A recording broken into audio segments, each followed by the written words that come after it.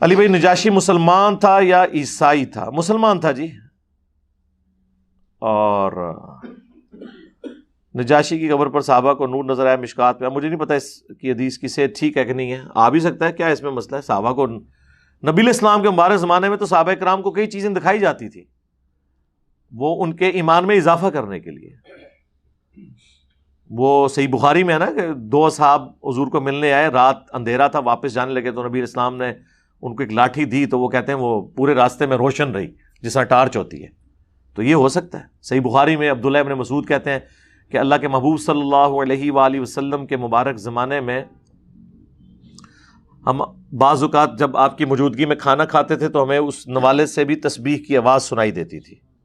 یہ بھی ہوتا تھا، یعنی یہ کامن ایکسپیرینس میں چیزیں آتی تھی. پھر بخاری مسلم میں وہ حدیث جو صلح حدیبیہ کے موقع پر اللہ کے محبوب صلی اللہ علیہ وآلہ وسلم کی مبارک انگلیوں سے جب آپ نے وہ پانی کے پیالے میں رکھا تو چشمے جاری ہوئے، 1500 صحابہ نے پانی پیا، جانوروں کو پلایا، سٹور کر لیا. اور جابر بن عبداللہ کہتے ہیں ہم 1,00,000 بھی ہوتے نا تو وہ پانی زیادہ تھا جو آپ کی مبارک انگلیوں سے نکل رہا تھا. تو اس طرح کے ایکسپیرینسز ہو جاتے تھے. نجاشی مسلمان تھا، اہل فطرت میں سے تھا، اس اعتبار سے کہ جب نجاشی کے دربار میں حضرت جعفر طیار نے سیدہ مریم سلام اللہ علیہ اور عیسیٰ ابن مریم کے حوالے سے جب تلاوت کی سورہ مریم کی تو اس نے ایک تنکا اٹھا کے کہا تھا نا.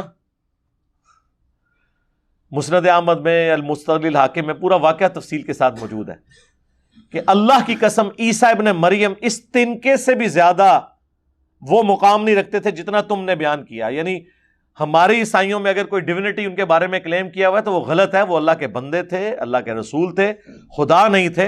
اور ایک تنکے کے برابر بھی اس سے زیادہ نہیں تھے جتنا قرآن نے بیان کیا. تو توحید کے اوپر تھا، اس کی آنکھوں سے آنسو رواں ہو گئے. عمر بن عاص کے ساتھ یاری تھی، اس کے باوجود اس نے مسلمانوں کو پناہ دی، پھر اسلام قبول کر لیا. نبی علیہ السلام نے ان کا غائبانہ نماز جنازہ بھی پڑھا جو صحیح بخاری میں آتا ہے کہ تمہارا بھائی اس سرزمین میں فوت ہو گیا تو اس کا جنازہ پڑھیں. تو وہ مسلمان تھا.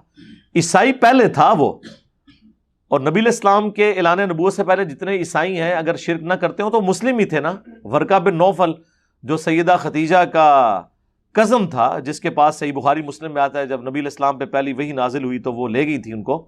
تو ورقہ بن نوفل جو ہیں وہ تو اہل فطرت میں سے تھے اس حوالے سے کہ حضرت عیسیٰ ابن مریم کی دعوت بھی تھی. آپ فطرت نہ کہ فطرت ہیں جن تک پیغمبر کی دعوت نہ پہنچی ہو، فطرت پہ تھے، یہ کہہ لیں.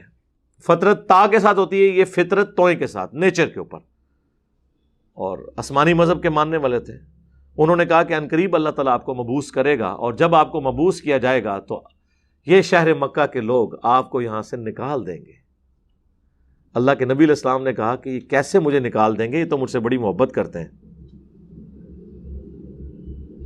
تو ورقہ بن نوفل نے کہا کہ آپ سے پہلے بھی جس نے توحید کی بات کی ہے اس کے رشتہ داروں نے، اس کے قریبی لوگوں نے، اس کے شہر کے لوگوں نے اس کے ساتھ یہی سلوک کیا.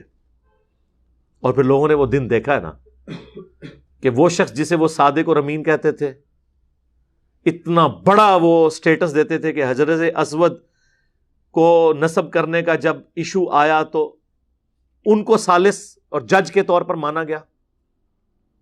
انہوں نے ہی وہاں سے ان کو قتل کے فتوے جاری کیے اور رات کے وقت آپ صلی اللہ علیہ وآلہ وسلم کو نکلنا پڑا.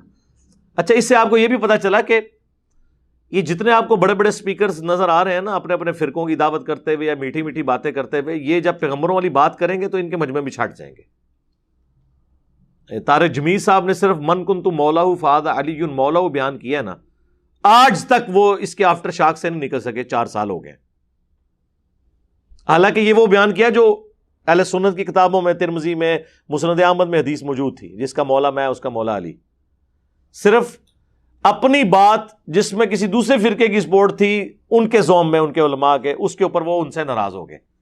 تو باقی ہماری والی باتیں کس طرح سن سکتے ہیں؟ یہ تو اللہ کی کرم نوازی ہے کہ اس پڑھے لکھے دور کی برکت ہے کہ دنیاوی تعلیم نے لوگوں کے ذہن کھولے ہیں، ورنہ اتنے لوگ کدھر بات سننے کے لیے تیار ہوتے ہیں؟ پیغمبروں سے نہیں سنی. یہ تو ختم نبوت کی برکت ہے. نبی علیہ السلام کی مبارک تعلیمات کو اللہ نے محفوظ کیا کہ آج اس بڑے پیمانے کے اوپر یہ دعوت کا کام اللہ کے فضل سے ہو رہا ہے. اب مجھے بتائیں کہ نجاشی نے جب تنکا اٹھا کے کہا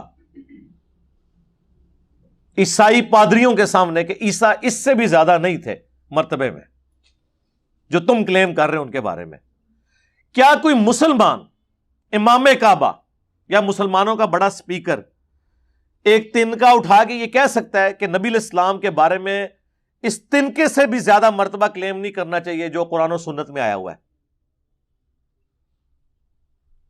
وہ کہیں گے تو گٹھ لے کے ناپنا شروع کرتا ہے، یہی کہیں گے نا، انلمیٹڈ ڈکلیئر کیا ہوا ہے۔ یہاں تو بڑے لوگ شوق سے سنتے ہیں، اور عیسیٰ ابن مریم کوئی عام آدمی تو ہے نہیں ہے، ان کے معجزات تو کئی ایسے ہیں جو ہمارے نبی کو نہیں ملے ہوئے۔ یعنی ہمارے نبی علیہ السلام کے بارے میں کوئی واقعہ رپورٹ ہے کہ آپ نے کبھی مٹی کی مورت بنا کے اس میں بھونک ماری ہو پرندہ بن گیا ہو؟ بتائیں۔ مردہ زندہ کرنے کا کوئی واقعہ سٹوریوں میں ویسے بنائے ہوئے انہوں نے واقعات، حدیث کی کتابوں میں کوئی نہیں ہے۔ اس کو بھی چھوڑ دیں۔ سب سے بڑی بات، عیسیٰ ابن مریم کو اللہ نے ان کی ماں کے اوپر بھی الہام کیا کہ تیرے بچے کو ہم جان والوں کے لیے نشانی بنانے لگے ہیں، بغیر باپ کے پیدا ہوئے ہیں۔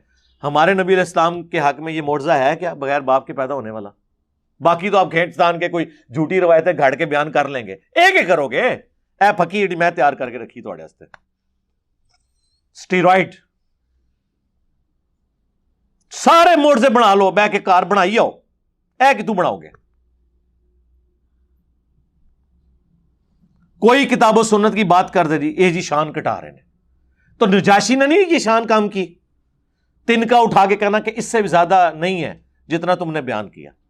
ہم کیا یہ کہہ سکتے ہیں اس تنکے کے برابر بھی اس سے زیادہ، جبکہ ہمارے نبی کی تعلیمات بھی موجود ہیں صحیح بخاری میں، دیکھنا میری شان کو اس طرح بلند نہ کرنا جس طرح نصارہ نے اپنے پیغمبر کی شان کو بڑھا دیا۔ میں اللہ کا بندہ اور اس کا رسول ہوں، مجھے اللہ کا بندہ اور اس کا رسول کہنا۔ ہمارے نبی علیہ السلام جب یہ کہہ رہے ہوں تو ہمیں تو حق حاصل ہے کہ ہم یہ بات کر سکیں۔ یہاں لوگ کہتے ہیں وہ جی اے جی قرآن پڑھ دینے، نبی دے خلاف آیتاں ٹونڈ دینے۔ لعنت ہے جی آپ کے عقیدے کے اوپر اگر آپ کا یہ عقیدہ ہے کہ قرآن میں کوئی نبی کے خلاف بھی آیت موجود ہے۔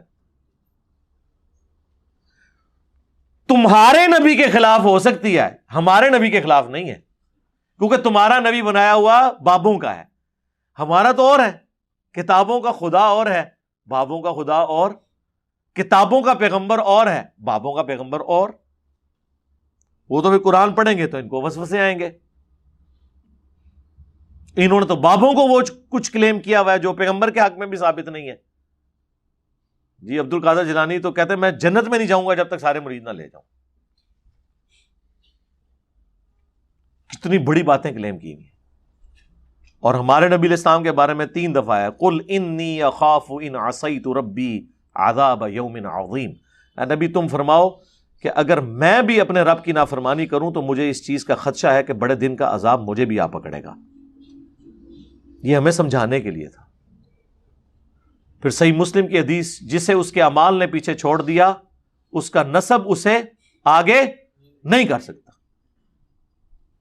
پھر بخاری اور مسلم دونوں میں حدیث، اے میری بیٹی فاطمہ میرے مال سے جو کچھ لینا ہے لے لو، اگر اللہ کے حضور پکڑی گئی تو میں تمہیں چھڑا نہیں سکوں گا۔ یہ ہے کتابوں کا پیغمبر، کتابوں کا دین، اور یہ ہے بابوں کا دین۔ اسی تو ہم پھر عرض کرتے ہیں کہ مرنے سے پہلے اے مسلمان کر لے اس پہ غور، کتابوں کا خدا اور ہے، بابوں کا خدا اور۔